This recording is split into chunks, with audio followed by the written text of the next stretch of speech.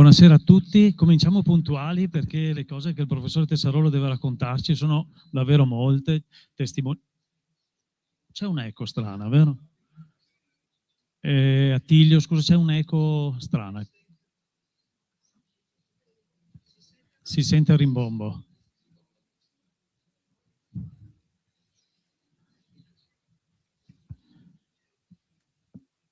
Ci riprovo.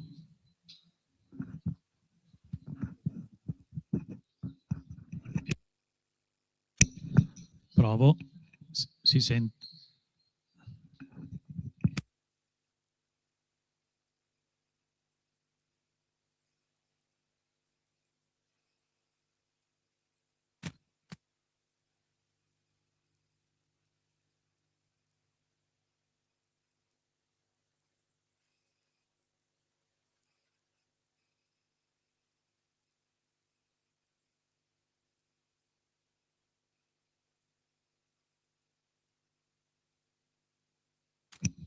Si sente meglio adesso? No.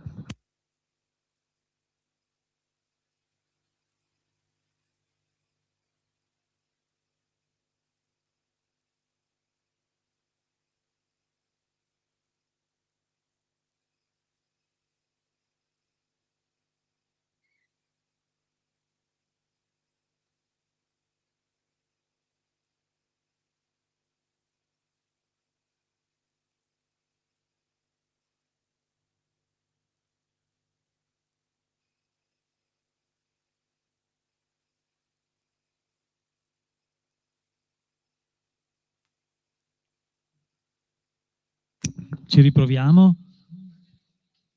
C'è un'eco fastidiosa.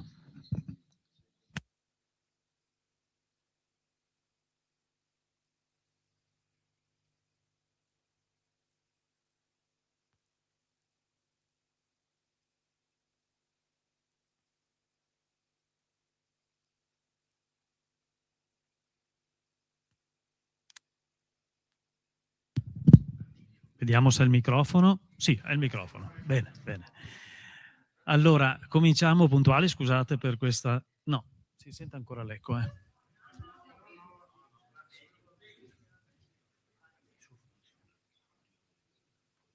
Il professor Tessarolo ha preparato tantissimo materiale audio che vogliamo farvi sentire per poter fare il collegamento e consentire a chi è a casa di fruire della conferenza in diretta streaming. C'è tutta una serie di diavolerie che bisogna mettere in atto, quindi scusateci. Poi il trasferimento in questa sede ci complica un po' le cose perché non è predisposta. Comunque iniziamo. Allora iniziamo innanzitutto ringraziando Francesco Tessarolo per la sua disponibilità, per la partecipazione costante in tutti questi anni al gruppo di lavoro, al tavolo di lavoro che organizza questi incontri. È un po' l'anima di queste rassegne, davvero io lo ringrazio davvero di cuore. E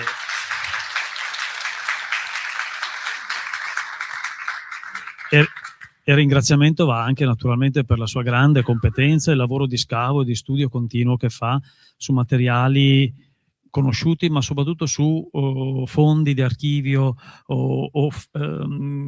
che magari non sono stati ancora studiati e conosciuti, quindi davvero un lavoro meritorio.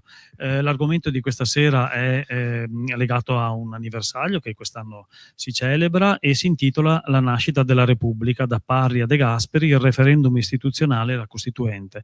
Tantissimo materiale per cui io non rubo altro tempo e vi ricordo soltanto che il prossimo incontro sarà ancora qui, venerdì prossimo, e sarà dedicato al Settecento Veneto a Venezia nel Settecento, con la presenza di Walter Pancera, professore dell'Università degli Studi di Padova.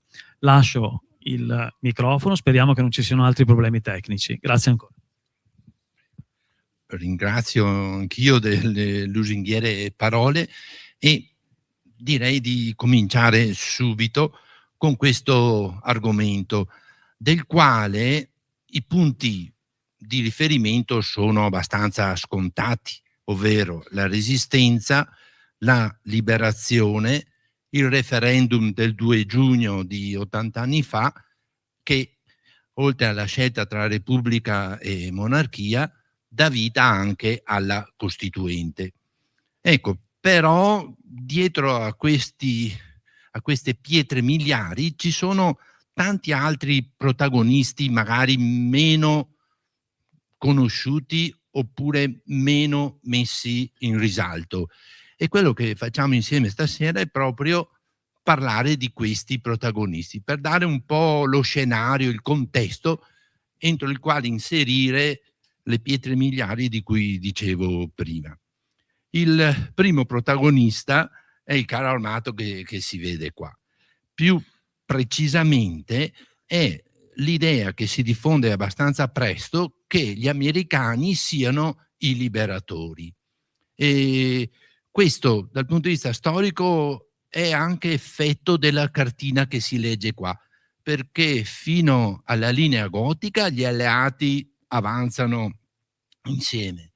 Dopo la linea gotica, ovvero metà aprile del 45, l'ottava armata britannica, dopo una rapida escursione a Bologna, libera Ferrara, Padova, Treviso e Udine, puntando decisamente a Trieste, perché lo scopo di Churchill era quello di tagliare la strada alle truppe titine. Mentre la gran parte dell'Italia, e vedremo tra poco anche Vicenza e Bassano, ma gran parte dell'Italia vuol dire Milano, Torino, Genova, sono liberate dagli americani. Per questo l'abbinamento che ho messo qua credo sia alla fine storicamente accettabile. E guardando a quello che succederà dopo, l'identificazione esercito americano liberatori rafforza il mito dell'America come terra della libertà e della democrazia, dove chiunque con impegno e talento può riscattarsi e aver successo. Ecco, ben diverso invece è il discorso del secondo dopoguerra riferito agli inglesi, ma di questo parleremo fra un po'. Prima ci soffermiamo un attimo anche sulla velocità dell'avanzata e l'efficienza dell'esercito americano. Qui siamo il 25 aprile, le avanguardie sono già passate su quello che rimaneva di un ponte ferroviario presso Ostiglia il 24. E qui è il giorno dopo e gli americani, con questa efficienza ben evidente, attraversano il Po a più riprese in gran quantità. Le immagini poi sono quelle dell'80ª divisione di fanteria, alla quale appartengono i due reparti, il 350° e il 351° reggimento, che arriveranno anche a Bassano. Quindi il 24 e il 25 questo succede. Il giorno dopo, 25 aprile, le avanguardie che vediamo arrivano a Verona e le condizioni della stazione di Porta Nuova dicono tutto su quella che è la rovina e la distruzione della città. Comunque, in una sola giornata Verona è liberata con molta facilità. Non è così invece a Vicenza, dove occorrono 2 giorni per liberare la città. Qui si vedono proprio le sparatorie che avvengono di casa in casa e vedete ci sono sia gli americani che i partigiani. Uno di questi, eccolo qua, funge anche da interprete, immagino, rivolgendosi a soldati o militi della Repubblica di Salò. Finché, ecco, arriva finalmente il 28 la liberazione di Vicenza. Qui siamo al corso Palladio e la gente che accoglie gli americani, proprio con quel mito che comincia a costruirsi e a rafforzarsi. Finché scorrono le immagini, aggiungo subito, come accennavo prima, che gli inglesi non hanno questa crescita di fama, di importanza, anche perché per loro il secondo dopoguerra è un periodo di perdita sostanziale e perdita che avviene in certi modi. Esempio, in Terra Santa, nel pieno della guerra civile tra palestinesi e israeliani, gli inglesi se ne vanno. Lo stesso succede in India, dove islamici e musulmani e indù daranno vita a un'altra guerra civile con un'enorme quantità di morti. Quindi milioni. Quindi gli inglesi non hanno quell'autorità, quell'importanza, quella fiducia di cui godevano prima del conflitto. Ma andiamo avanti. Allora le truppe liberano Vicenza il 28 e il 29 arrivano, seguendo proprio queste linee, le due unità di cui dicevo, arrivano il 29 a Bassano. E ho trovato questo diario del 351esimo reggimento che dice molte cose, tra l'altro anche inedite. Alle 13:10 del 29 si legge: le pattuglie di ricognizione e le avanguardie devono riunirsi a Bassano e andare in direzione Cornuda. Alle 2:25 è scritto: la riva orientale del Brenta a Bassano è stata messa in sicurezza, resistenza leggera, nemico considerevole in quella direzione, ponti fuori uso, credo che la fanteria, quello che scrive, possa attraversare senza mezzi corazzati.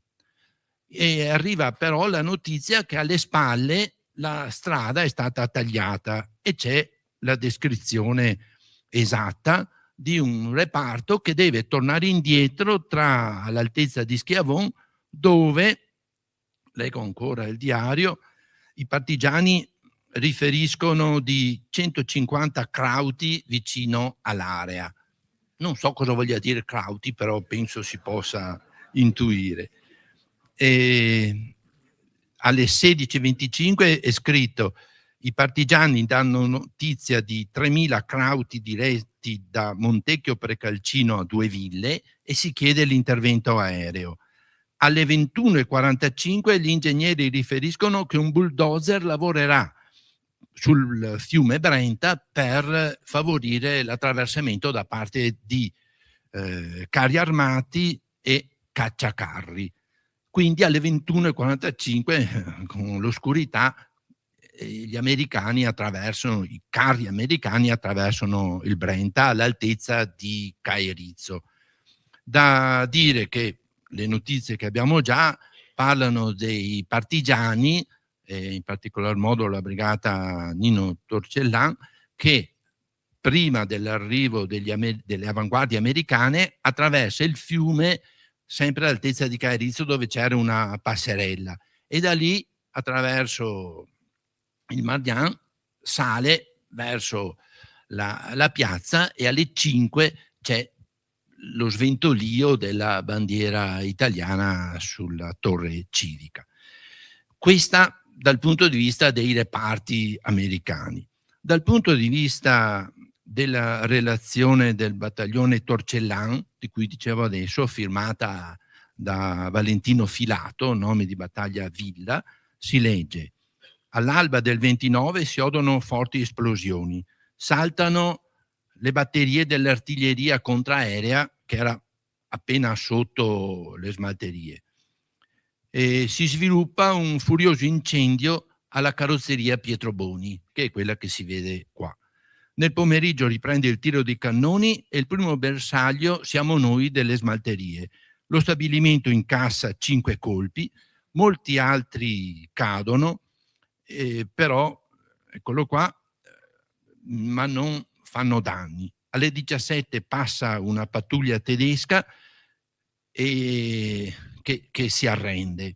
Alle 20, e quindi combacia col discorso del diario del reparto americano, entrano in fabbrica gli uomini di un reparto, sono molto stanchi, offriamo loro del vino e poi prendiamo accordi per il servizio di guardia. 2 ore dopo però il reparto si allontana dato che il comandante riteneva lo stabilimento abbastanza protetto, ed erano proprio i partigiani e il comitato di fabbrica delle smalterie che presidiava sia lo stabilimento che la centrale elettrica di Cabarzizza. Il giorno dopo, le avanguardie e i carri armati sono già andati avanti, ho trovato questa immagine dove inequivocabilmente si legge Bassano del Grappa e presumibile credo sia il termine, no? In fondo a Viale Venezia. Da notare lo stesso anfibio che avevamo visto agli inizi attraversare il Po, che carico di soldati probabilmente ha appena attraversato il Brenta.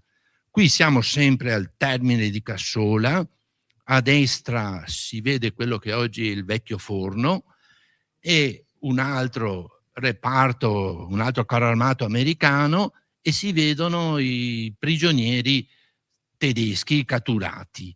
Ecco, interessante, e anche di questo non si è parlato abbastanza, è che questi prigionieri tedeschi rimarranno per settimane e in migliaia dentro il perimetro delle mura del Graziani, perché era chiuso con mura alte più di 2,5 metri e quindi era abbastanza sicuro.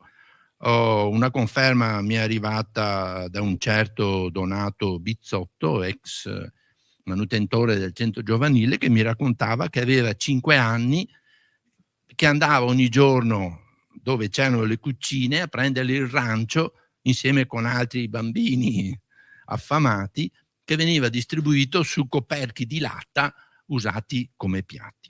Ecco, quindi l'idea americani liberatori credo sia ben evidenziata. E dietro a questi aspetti più militari vi sono anche aspetti, tra virgolette, politici, parlando del ruolo del governo militare alleato, che, come si vede qua, si insedia subito dopo la liberazione della Sicilia. Questo è un generale inglese che lo guida. È interessante che agli inizi si chiamava Allied Military Government of Occupied Territories, poi diventa solo AMG, quando l'Italia il 13 ottobre dichiara guerra alla Germania. Ecco, il ruolo di questo, l'obiettivo di questo governo militare alleato è controllare la vita civile, verificare la situazione alimentare, sanitaria, amministrativa, ripristinare strade, ponti, ferrovie e fra poco vedremo centrali elettriche, e portare gradualmente al passaggio, ecco la centrale, dall'emergenza alla normalità.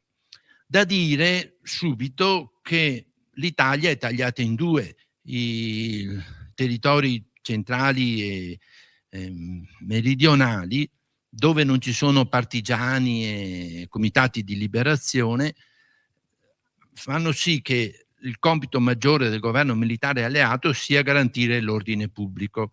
E il generale inglese che vedevamo prima, nelle sue memorie, scrive che il 4 marzo del 1944 in un paesino della provincia di Matera la folla invase gli uffici comunali, linciò il segretario comunale, fervente fascista, e fu ucciso un carabiniere. Altri casi accadono in diverse zone. Quindi il primo obiettivo era l'ordine pubblico, ma c'erano anche obiettivi più eminentemente politici, perché nel febbraio del 1944 Vittorio Emanuele III, e parlando della Repubblica dovremmo dire anche della monarchia, e il governo Badoglio da Brindisi, dove erano scappati, si trasferiscono a Salerno. Il re e la regina si sistemano in una villa a Posillipo e, pur sotto le spinte innumerevoli, il re non abdica, come gli era stato abbondantemente chiesto, ma cede il 12 aprile del 1944 i propri poteri all'erede al trono, che era il principe Umberto, che regna come luogotenente. Quindi Vittorio Emanuele rimane re, ma non regna. Umberto è re di fatto, ma non ufficialmente. Visto che dicevamo del governo militare alleato, è da aggiungere che dopo la liberazione di Roma, i primi di giugno del 44, Vittorio Emanuele voleva tornare alla capitale, riprendere il regno e via. Il governo militare glielo vieta. Ancora a dire la considerazione che avevano gli alleati di questo re, quando il re britannico Giorgio VI arriva in visita a Napoli, non lasciano nemmeno che i due si incontrino. Ecco. E questo per dire della parte sud e centrale del nostro paese.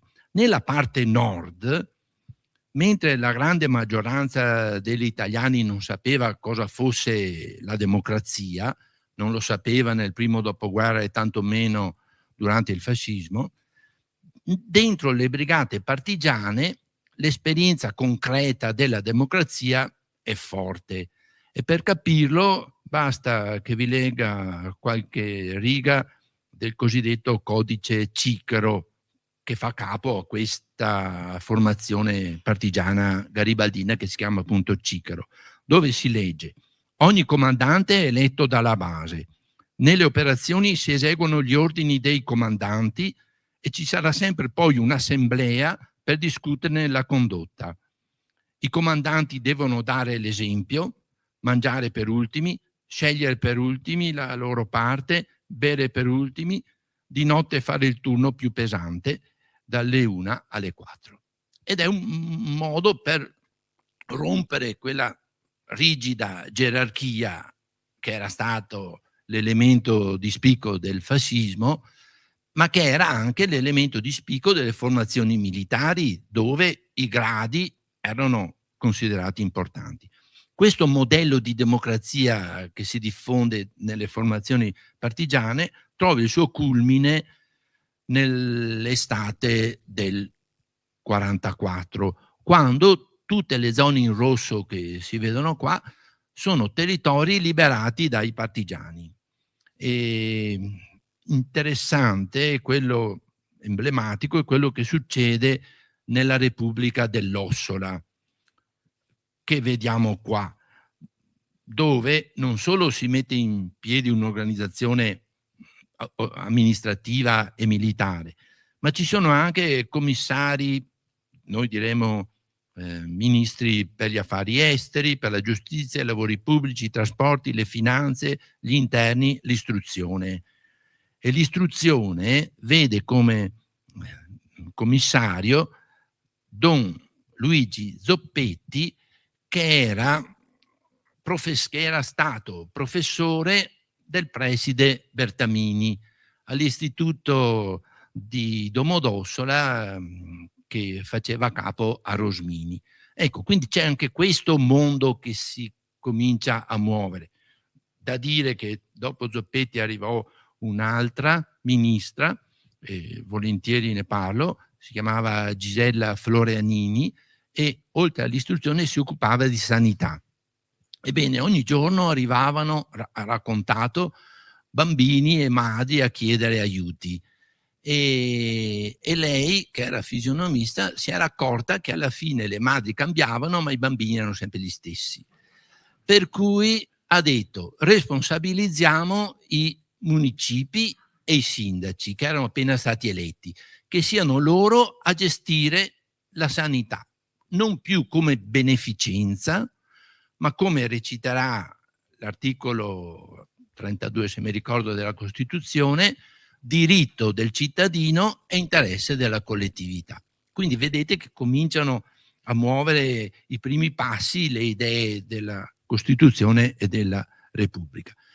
Ma sono anche idee che il presidente del governo militare alleato, Harold Macmillan, che poi diventerà primo ministro, vede negativamente. Infatti scrive nel diario: è necessario che la presa del potere dell'esercito anglo-americano abbia luogo prima che sopraggiungano i partigiani. così da rendere possibile il mantenimento della legalità statale, senza lasciare spazio all'anarchia, alla rivoluzione e alla disperazione. Fallire in questo obiettivo equivarrebbe a vincere la guerra, ma poi perdere la pace. È importante dire che il governo militare alleato rimarrà su tutta la penisola fino al 1° gennaio del 46. Quindi è il governo militare alleato che di fatto ha il potere. Per esempio, c'erano molte grandi fabbriche, questa è la Fiat di Torino, ma anche le smalterie di Bassano, che erano occupate dalle maestranze che avevano liberato, protetto e via. E queste maestranze immaginavano una possibile nazionalizzazione, statalizzazione, punto di partenza per una rivoluzione di stampo socialista o comunista. Ebbene, il governo militare alleato non dava a queste fabbriche occupate materie prime ed energia, per cui quelle che partivano erano quelle dei vari Pirelli o Agnelli che trovavano così credito e rimettevano in piedi la produzione, ma privatamente. Altra cosa, c'erano molti residuati bellici, camion e benzina da distribuire. E anche qua il governo militare alleato, questo è il caso di Bassano, dove appena finita la guerra si era fondata una società cooperativa autotrasporti Giovane Italia, e del genere nacquero 210 cooperative partigiane in tutta il nord Italia. Una è ancora adesso una falegnameria, segheria molto importante tra Asiago e Gaglio, che è nata quando i partigiani si sono presi tutti i macchinari che i tedeschi avevano requisito per la TOT e finita la guerra li mettono in funzione come cooperativa. Ecco, quindi aiutare questi o non aiutarli è un'indicazione del governo militare alleato che ha un significato anche politico non indifferente. Altro argomento così sullo sfondo come questo che vi ho descritto, ma certamente non meno importante, sono i conti col fascismo, che significano epurazione e processi. Allora, la professoressa Salomoni, nell'incontro che ha fatto qualche venerdì fa, parlava di lustrazione, ovvero rendere pubbliche le violenze delle dittature per portare a una transizione giusta, passare da un regime dittatoriale alla democrazia. E questo è quello che succede in tante circostanze, le dittature militari del Sud America, oppure la Germania dell'Est, oppure il Sudafrica.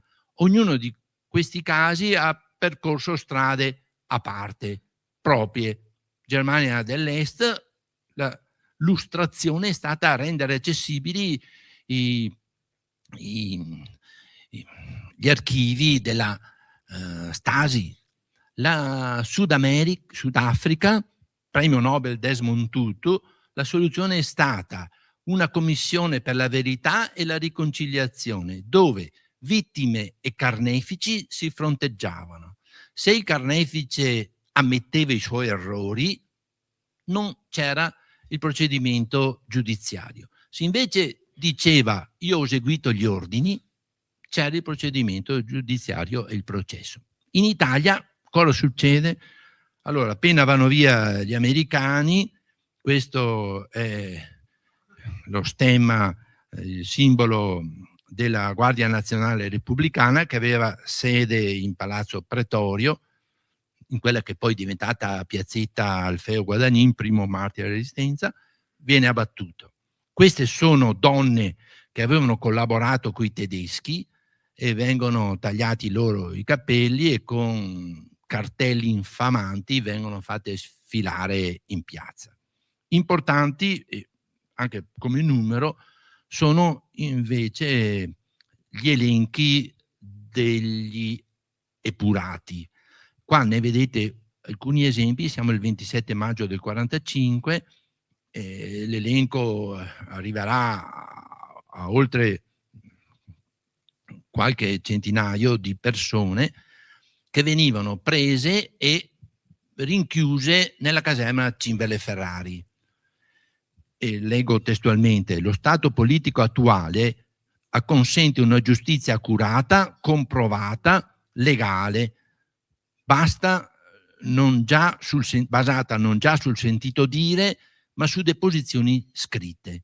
Ebbene, mentre i capi del fascismo vengono imprigionati, tutte queste persone numerose che aspettano nel loro futuro nella caserma, sede del CLN, dovevano essere processate, ma perché questo accadesse occorrevano le denunce. Risultato, le denunce non arrivano, anzi, anche per quelli che erano dichiaratamente riconosciuti come colpevoli, c'erano delle testimonianze a loro favore. Risultato, 5 dicembre del 45 si legge: richiesta di provvedimenti a carico dei responsabili della mancata azione di giustizia nei confronti dei criminali fascisti, perché se non arrivavano le denunce, questi lentamente venivano liberati, e così è stato. Quelli che invece erano stati catturati dagli alleati erano stati portati in 3 campi, uno a Coltano, di cui vediamo qua l'immagine, ed erano circa 32.000 ex militari della Repubblica di Salò. Il governo italiano entra in questo campo nel settembre del 45 e viene redatto un elenco che si vede qua, dove si legge, come in questo caso, liberabile, liberabile, liberabile, a seconda del giudizio che veniva dato sull'operato del detenuto. E pensate che su 32.000 solo 1.700 vennero giudicati non liberabili, quindi una cifra del tutto esigua. La gran parte dei 32.000 poté fare tranquillamente ritorno a casa, e ci sono anche bassanesi tra questi.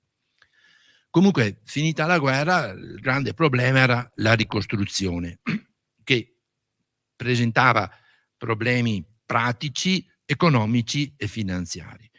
Il fatto importante da dire, che vediamo in questo filmato del regista americano John Huston, è che nonostante i proclami, la propaganda, le bonifiche, eccetera, le condizioni dell'Italia centro-meridionale non erano certo migliorate.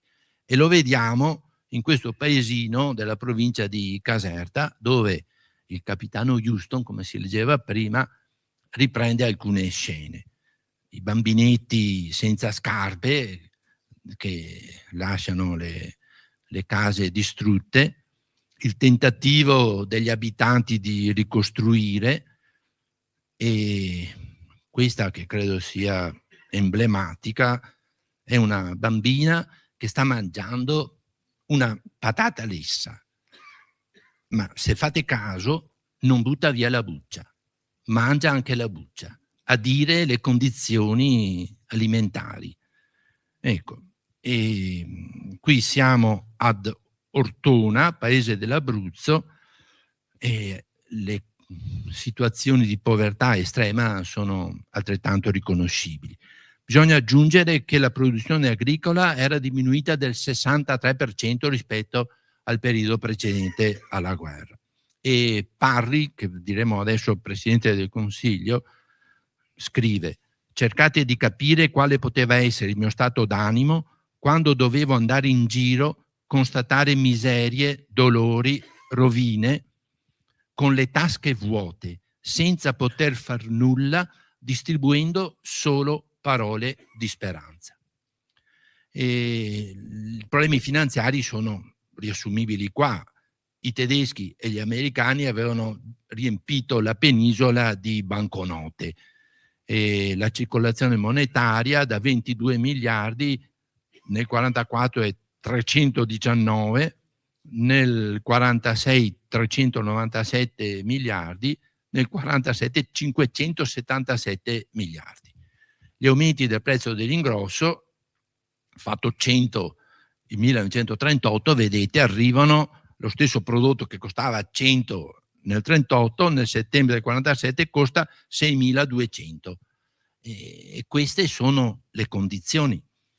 E in questa condizione dico subito che una delle proposte era buttare via la moneta, e come stavano facendo Francia e Belgio, che voleva dire rimettere tutto allo stesso livello, cancellare i conti correnti bancari, e chi aveva fatto soldi con il fascismo, con la guerra, si trovava al pari degli altri. Era una delle ipotesi di cui si parlava, però il problema più grosso era questo. Siamo a Bassano, sempre 27 maggio, e si legge: gravi problemi di assistenza ai sinistrati e rimpatriati, disoccupati e le famiglie povere, ricostruzione, quartieri operai e via. E si chiede appello ai possidenti, agli industriali e ai commercianti. Non solo, ma nel frattempo, nelle prime settimane, arrivavano gli internati militari dalla Germania, i prigionieri dall'India, e il 7 settembre del 45 erano 650 i bassanesi rientrati e 500 erano quelli che si aspettavano. E evidentemente questi 1150 non avevano lavoro nella distruzione totale, per cui il sindaco o i sindaci si inventano, un po' esagerando, lavori come raddrizzare le strade, fare una unica strada che dalla stazione arrivasse fino alla piazza, no, e le mura sono state abbattute per lungo tempo, adesso c'è un piccolo passaggio, oppure, senza considerare i giardini Parolini, a fare il viale alternativo alla via Beata Giovanna per arrivare in centro città. Ecco, in questo elenco di problemi, difficoltà, eccetera, esplode il cosiddetto vento del nord, cioè l'Italia tagliata in due, come dicevamo prima, vive l'esperienza della resistenza e dei comitati di liberazione nazionale, con i 5 partiti, comunisti, socialisti, Partito d'Azione, Democrazia Cristiana e Liberali, che collaborano in una scelta unitaria. Ecco, questa idea dei comitati di liberazione nazionale arriva fino a Roma, quando si dimette il governo Bonomi e purtroppo non funziona l'audio. Santa pirata. Oh sì.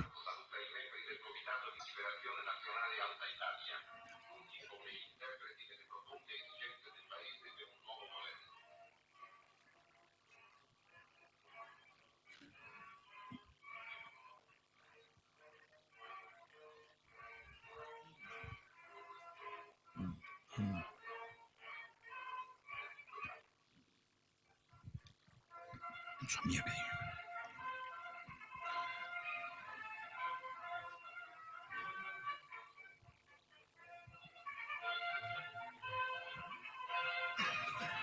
Interessanti sono viva la Costituente,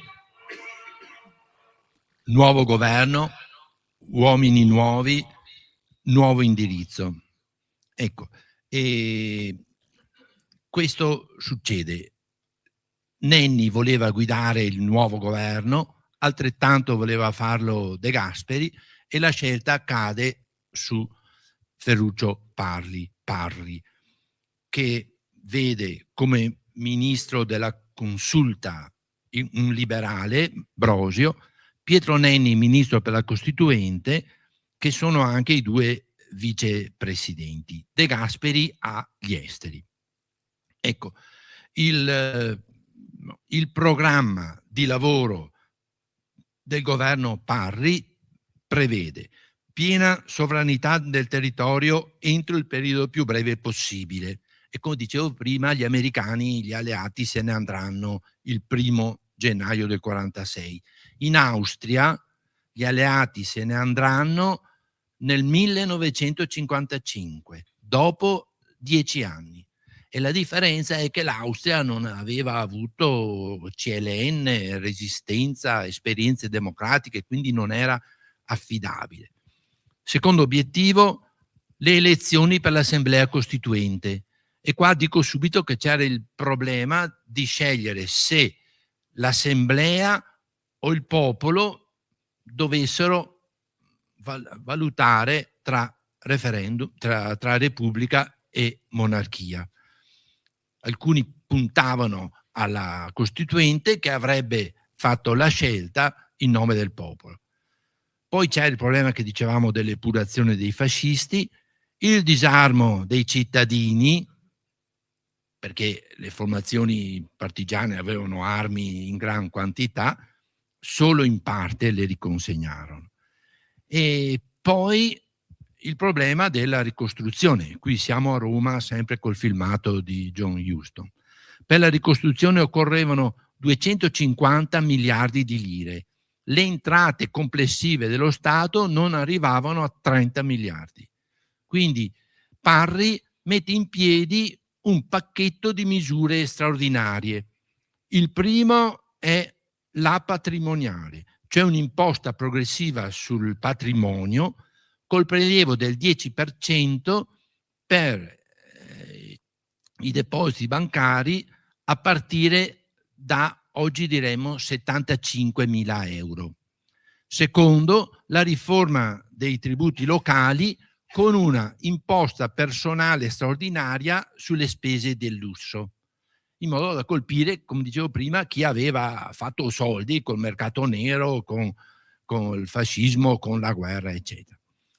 E c'era poi, già ne accennavo, il problema istituzionale. Importante dire che il 7 maggio è istituita la consulta nazionale, perché non c'era un Parlamento.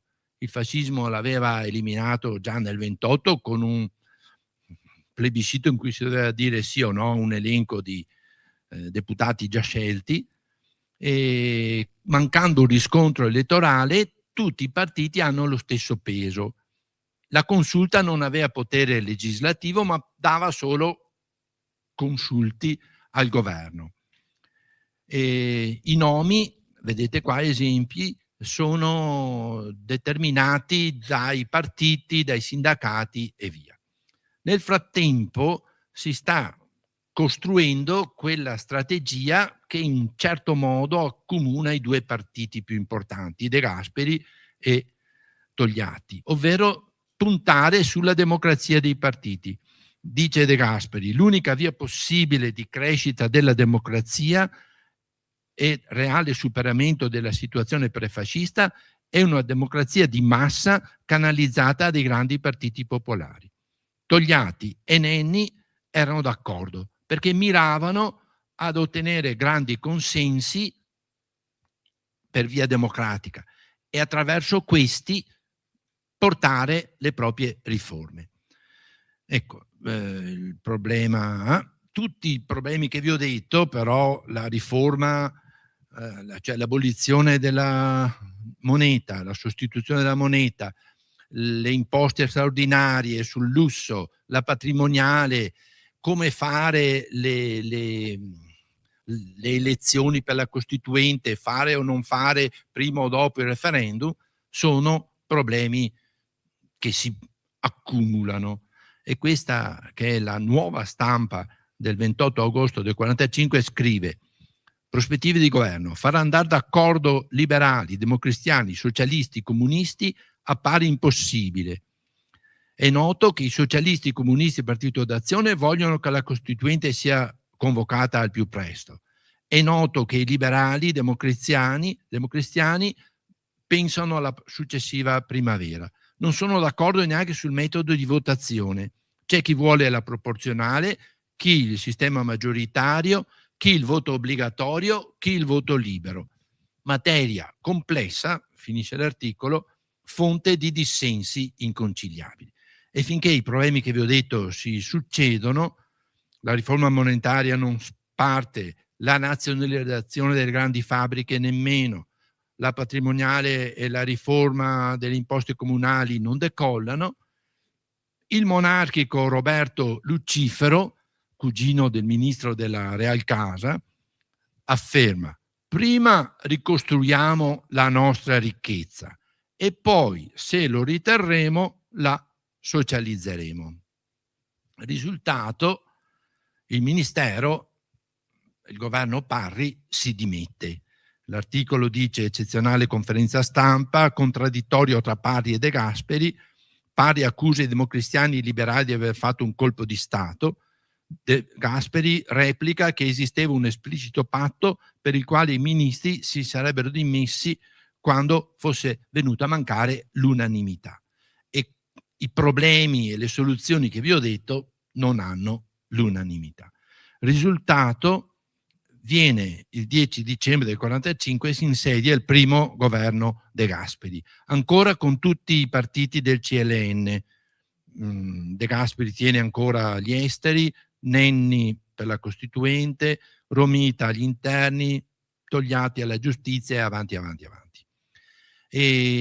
Però finché accadono questi avvenimenti, la scena mondiale cambia vistosamente e velocemente.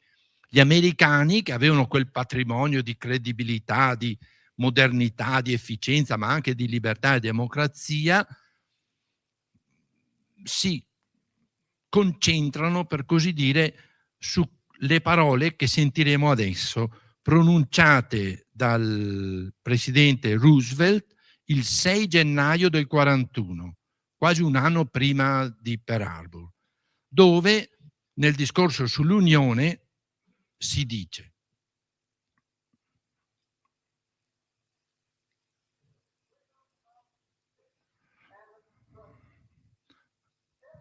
si legge.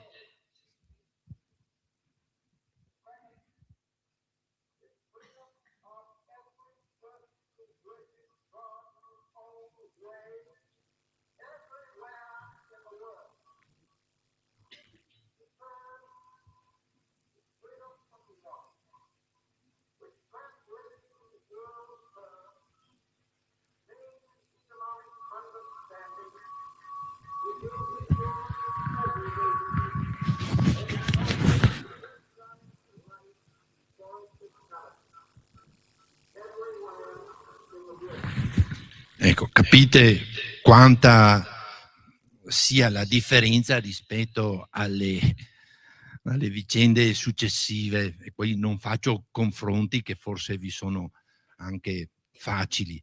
Comunque Roosevelt insiste: la libertà di pensiero e di espressione, la libertà religiosa, la libertà dal bisogno e la libertà dalla paura, ovunque nel mondo.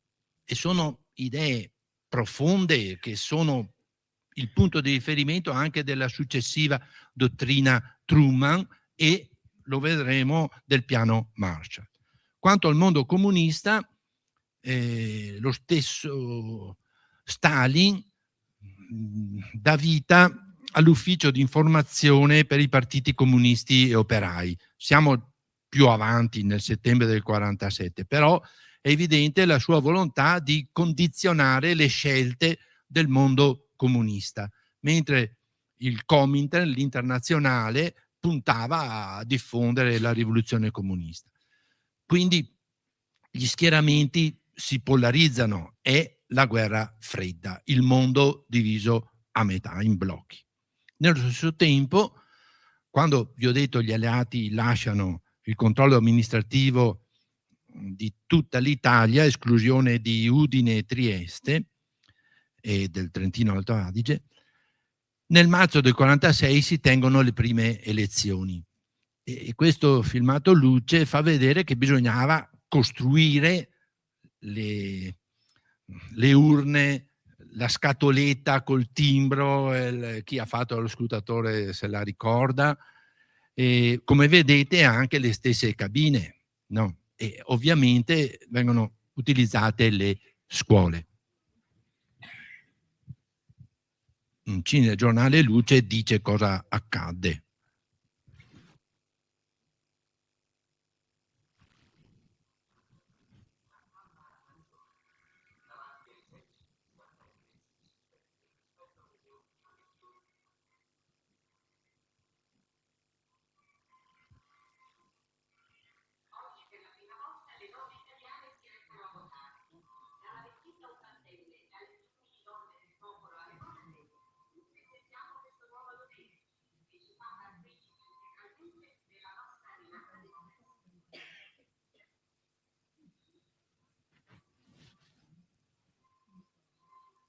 Ecco, è la prima volta che le donne votano ed è anche forse la prima volta che il commento è con una voce femminile.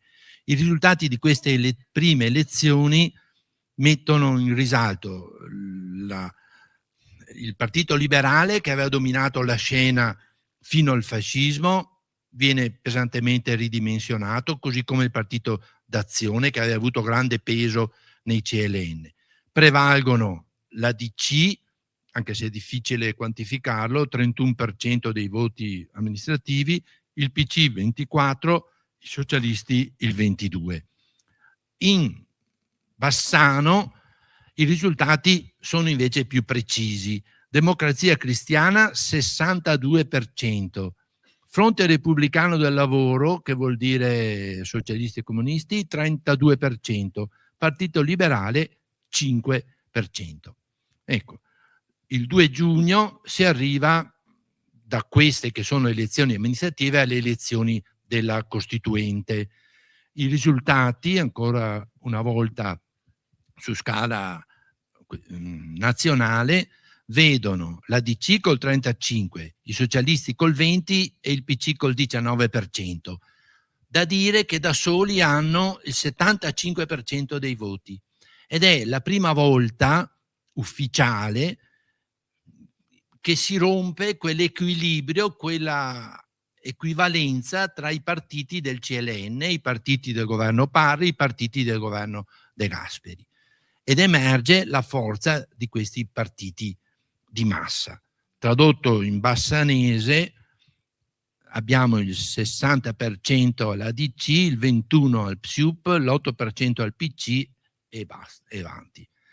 Ecco, a Bassano viene eletto questo professor di matematica che vedete alla destra di Monsignor Graziani. Siamo in via Mura del Bastion, prima sede del futuro collegio. Viene eletto, da dire che era stato già eletto al Consiglio provinciale con il Partito Popolare prima dell'avvento del fascismo. Poi il fascismo lo aveva messo a tacere, era stato trasferito d'ufficio, non aveva mai chiesto la tessera fascista, fu eletto all'Assemblea Costituente e poi alla Camera dei Deputati il 18 aprile del 48. La Costituente.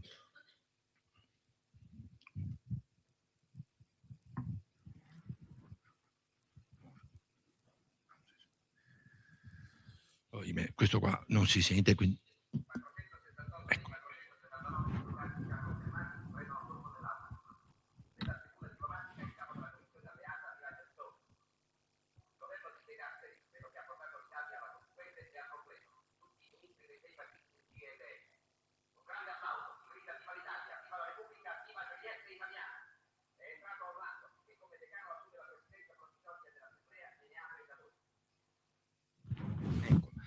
E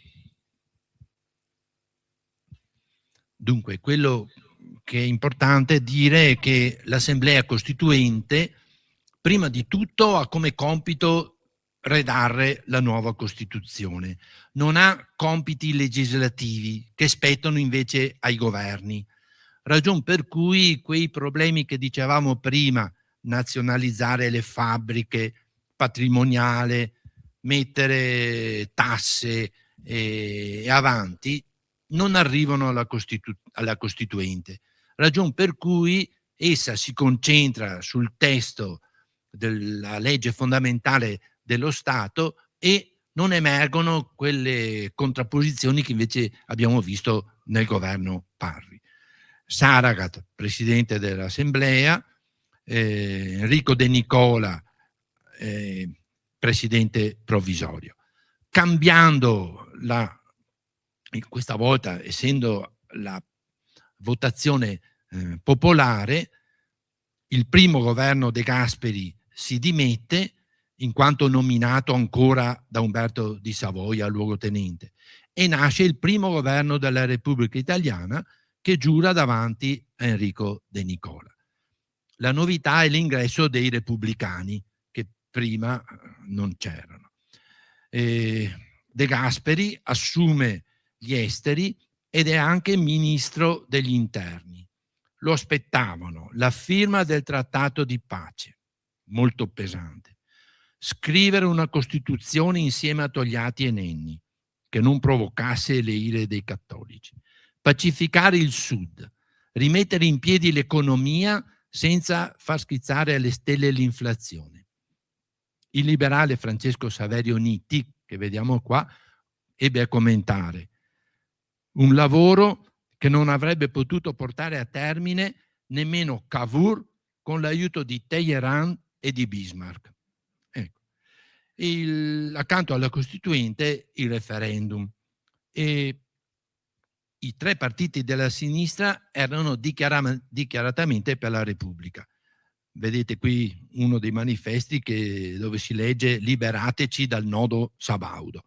Nenni proclamava esplicitamente o la Repubblica o il caos. I partiti di destra sono dichiaratamente per la monarchia e lo slogan era "La Repubblica è un salto nel vuoto". La DC era l'ago della bilancia che poteva spostare il risultato. Ebbene, De Gasperi era a favore della Repubblica, lo stesso la DC del Nord, ma la DC del Sud era per la monarchia. Papa Pio XII si inserisce in qualche modo in questi contrasti, vietando a Don Sturzo, dichiaratamente repubblicano, di fare ritorno in Italia prima del referendum. E il risultato è che ci arriverà solo a settembre. La DC dette libertà di coscienza ai propri elettori. Ecco, a questo punto, solo a questo punto, Vittorio Emanuele III abdica. È il 9 maggio, meno di un mese dal referendum.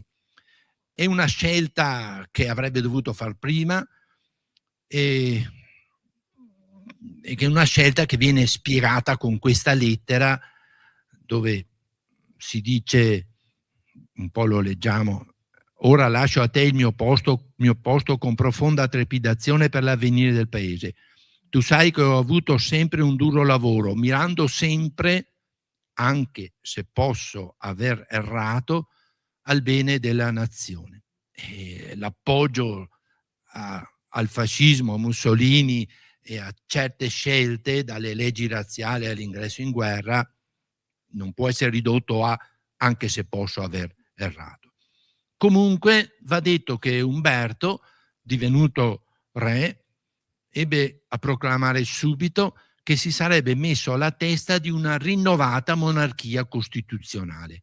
Quindi comunque la Costituente avrebbe lavorato per la Costituzione repubblicana, come sarà, o secondo, siamo il 9 maggio, il 10 maggio, cioè Umberto prefigura una Costituente che lavorasse per cambiare o rinnovare lo Statuto albertino.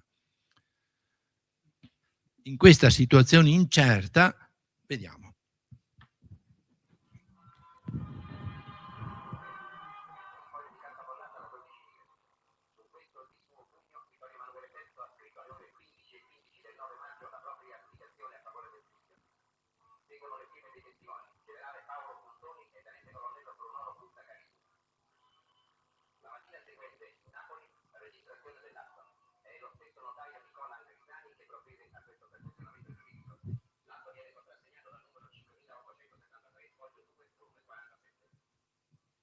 E pensate che il notaio della monarchia avrebbe dovuto essere il presidente del Consiglio secondo lo Statuto Albertino, e il re invece ignora questo dettato e va da un qualsiasi notaio. A questo punto si ritira in Egitto, ospite del re Farouk, avendo accanto ad Alessandria l'ex re dell'Albania e l'ex re della Bulgaria. Solo a un giorno non si interessa più di politica, e solo un giornalista descrive Mussolini come uno screanzato senza talento e dichiara che Hitler si sarebbe certo fatto un nome migliore con la pittura.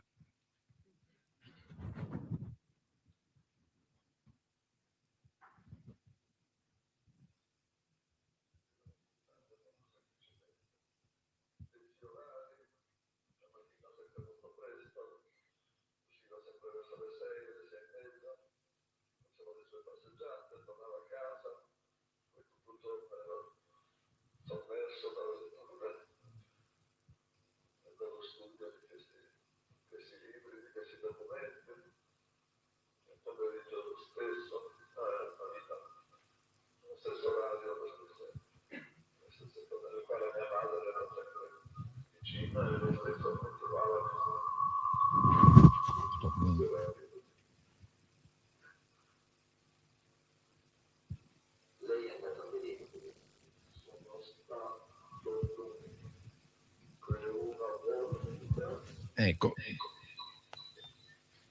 qui vado avanti, ma avete capito che era un'intervista del 79 di un certo Bruno Vespa, giovane giornalista, a Umberto II, che era stato re per 30 giorni e rimarrà in esilio per più di 30 anni.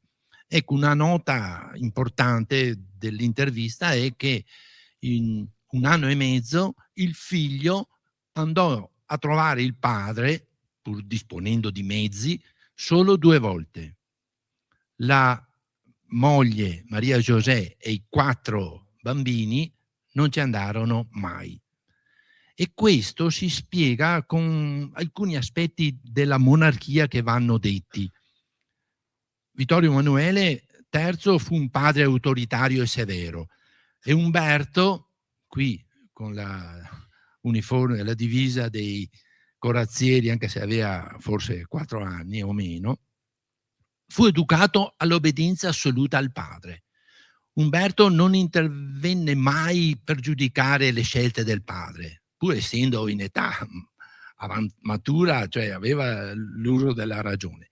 Ma questo perché nelle consuetudini della monarchia l'obbedienza assoluta avrebbe aperto la strada al comando altrettanto assoluto, senza riferimenti, senza criteri, perché il re governa per grazia di Dio.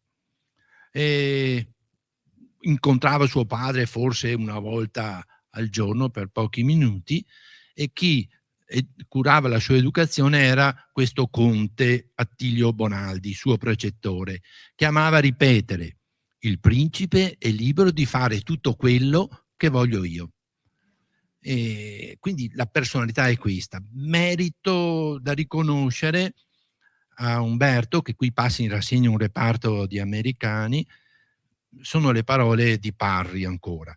Parri scrive: accoglie i ministri repubblicani con animo tranquillo e imparziale, firma leggi che certamente non condivide, si sottomette nella formazione dei governi alle scelte dei partiti.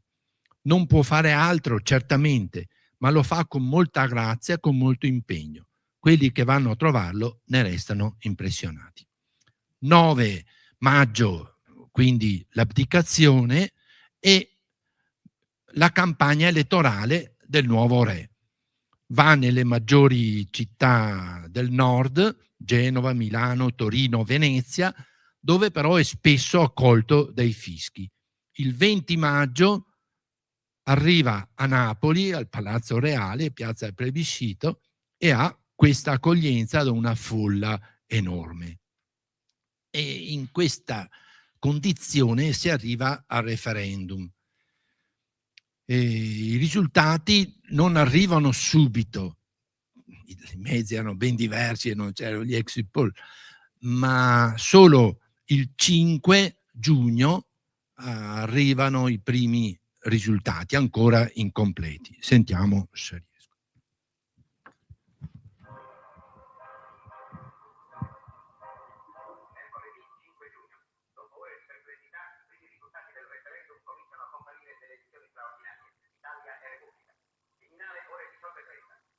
Corrispondenti dei giornali di tutto il mondo sono raccolti intorno al tavolo con il ministro Romita, di fonte del radio Labruzio, sede ufficiale.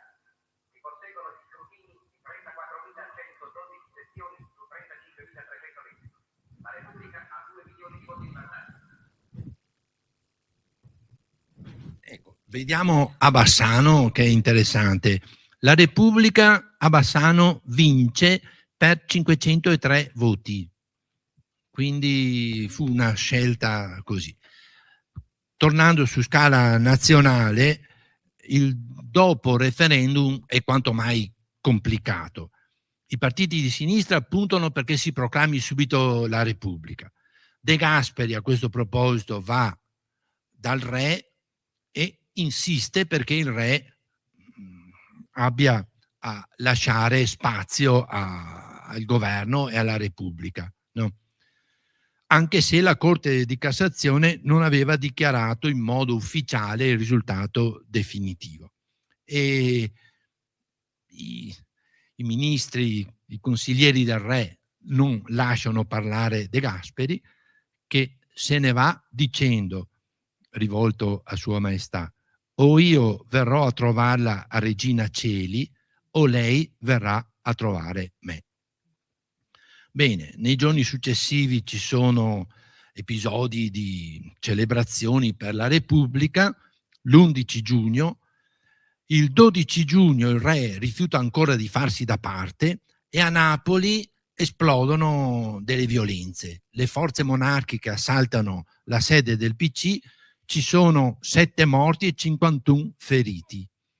A questo punto, la sera del 12, il Consiglio dei Ministri dichiara ufficialmente l'inizio del regime transitorio che era previsto dalla legge per il referendum, con De Gasperi che diventa Presidente del Consiglio, che esercita le funzioni di capo dello Stato.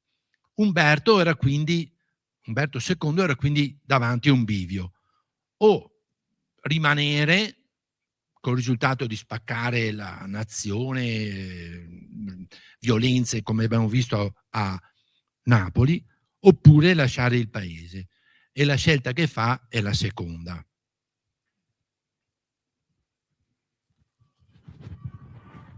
Dopo le drammatiche giornate dal 10 al 13 giugno, Umberto di Savoia lascia l'Italia.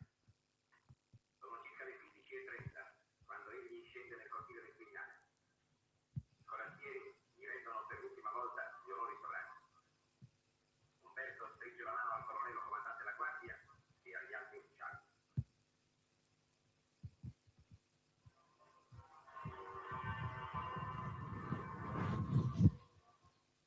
Ecco, lascia l'Italia, però prima della partenza lancia un ultimo proclama molto polemico, dichiarando che era suo preciso dovere aspettare la decisione definitiva della Corte di Cassazione, che il governo aveva compiuto un colpo di Stato e che lui se ne andava perché non voleva rendersi complice di una illegalità. Questo è il fatto. Non abdica ufficialmente, se ne va in esilio volontario e non cede alcun potere a De Gasperi. Andrà, come sappiamo, a Cascais, vicino a Lisbona, in Portogallo, e però c'è un tratto che merita dire. Pochi giorni prima di lasciare l'Italia afferma: la Repubblica si può reggere col 51% dei voti, la monarchia no. La monarchia non è un partito, è un istituto mistico, irrazionale, capace di suscitare negli uomini incredibili volontà di sacrificio. Deve essere un simbolo caro o non è nulla. E quindi fa parte un po' questo della mentalità della cultura monarchica. Se riesco vi faccio sentire i commenti dei principali leader. Questo è De Gasperi. I risultati furono così commentati dai maggiori uomini politici di allora. L'esigenza pregiudiziale della vita politica italiana è quella di consolidare nella coscienza e nel costume del popolo il metodo delle libere, oneste e consapevoli decisioni democratiche. Purtroppo non vado avanti perché non riesco a farvi sentire bene. Comunque uno degli interventi, abbiamo visto in sequenza il repubblicano, il Nenni socialista e l'ultimo, che avrebbe meritato ascoltare con cura, era Vittorio Emanuele Orlando, nato il giorno in cui Garibaldi sbarcava in Sicilia, per dire un po' l'orizzonte. Comunque tutti insistono su questi argomenti. La Repubblica deve aprirsi la via nella perfetta conciliazione degli animi, nella piena tolleranza reciproca. E invece, questo è l'appunto di Togliatti, e sottolineo invece, oppure in questo contesto, meglio dire, è da collocare la amnistia firmata dal ministro della giustizia Togliatti, che dichiarava non imputabili anche coloro che avevano compiuto reati per conto del regime, purché, clausola, non fossero stati colpevoli di fatti di strage, sevizie particolarmente efferate, omicidio o saccheggio. Risultato, i giudici, che poi erano anche quelli del passato regime, valutano con molta benevolenza e l'epurazione fu vasta ma anche molto limitata nel tempo e i conti col fascismo furono chiusi molto velocemente e il risultato si legge qua, ovvero il 26 dicembre del 46 da ex esponenti della Repubblica di Salò come Giorgio Almirante e Pino Romualdi viene fondato il Movimento Sociale Italiano, la cui sigla è molto vicina a Repubblica Sociale Italiana. L'obiettivo è riunire le forze fasciste e mantenere viva la fiamma del fascismo nell'Italia repubblicana. E il motto di Almirante, che riassume tutto, è non rinnegare, sottinteso il fascismo, non restaurarlo. Questo è. Però mi sono soffermato su questo passaggio, arrivando alla conclusione, per sottolineare come, diversamente dal primo dopoguerra, dove ci furono violenze, squadrismo fascista, occupazione delle fabbriche, e da qui, da questo clima, da questo contesto nascerà la crisi dello Stato liberale e l'ascesa del fascismo. Nel secondo dopoguerra, grazie a Parri, De Gasperi, ma anche Nenni, Togliatti, libertà e democrazia diventano la regola dell'Italia, con il rispetto dell'avversario politico, qualunque siano le sue idee, e quindi insisto su avversario, non nemico, da screditare magari con qualche immagine strana. E prende forza quella che gli storici chiamano parlamentarizzazione dei conflitti, cioè il Parlamento come luogo nel quale si parla, ci si ascolta e i conflitti trovano una composizione. Questa per 80 anni è stata la nostra storia. Ecco, di tutto quello che vi ho riassunto con queste parole se ne rende ben conto il signore che vedete qua. Si chiama Tito Mocellin, nasce a San Nazario nel 1881, ultimo di 7 figli. Dopo il servizio militare, 1901, emigra in Svizzera e aderisce al Partito Socialista. Nel 1904 sarà lui ad accogliere un giovane e infreddolito conferenziere di nome Benito Mussolini. A lungo perseguitato dal fascismo, e l'immagine è tratta dal casellario politico centrale, ritorna in Italia, al suo paese, solo nel marzo del 1946. Partecipa alle elezioni per la Costituente col Partito Socialista e per pochi voti non viene eletto. A questo punto, nell'Italia di quei mesi non c'era lavoro e deve ritornare in Francia per vivere. Però scrive parole che sono l'esatto riassunto di quello che abbiamo detto e la giusta, credo, conclusione. Provo a leggerle. Entrai in Italia come suddito della monarchia nel marzo del 1946 e adesso ripasso il confine superbo ed orgoglioso cittadino repubblicano.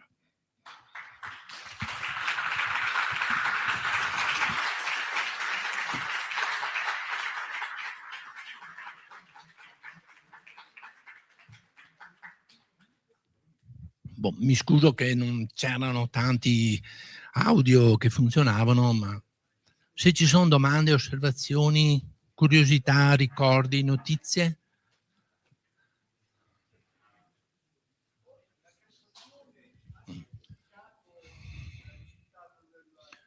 Sì, con molto ritardo, se ricordo bene il 15 di giugno, le cifre che abbiamo visto prima sono quelle ufficiali.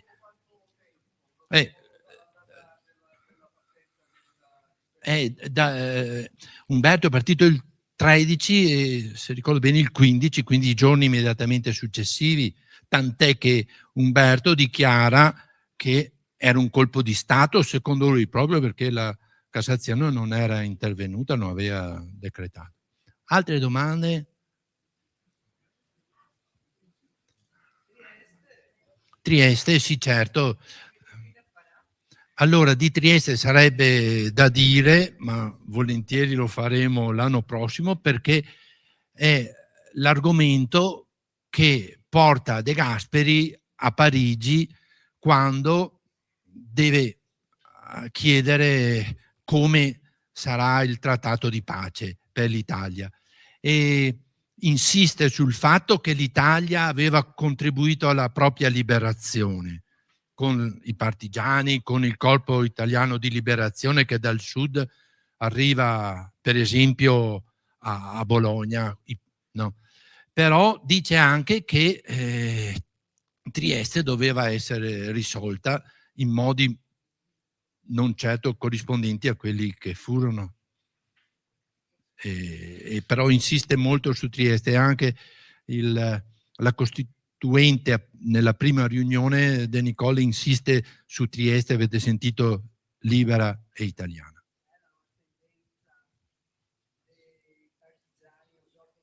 Vabbè, sì. Certo, era un nodo ben pesante che verrà sciolto, ne parlava la professoressa Cacmo la volta scorsa, solo col trattato di Osimo, se ben ricordo siamo nel 75, quindi ben tardi e ben male, perché anche lì ci sono attriti, contrasti alla fine irrisolti che tornano ogni 10 febbraio. Bene, allora se non ci sono altre parole aggiungo solo che questo Tito Mocellin figurerà in un prossimo libro dove dei 160 iscritti al casellario politico centrale come sovversivi della Val Brenta, 60 hanno storie che meritano di essere raccontate.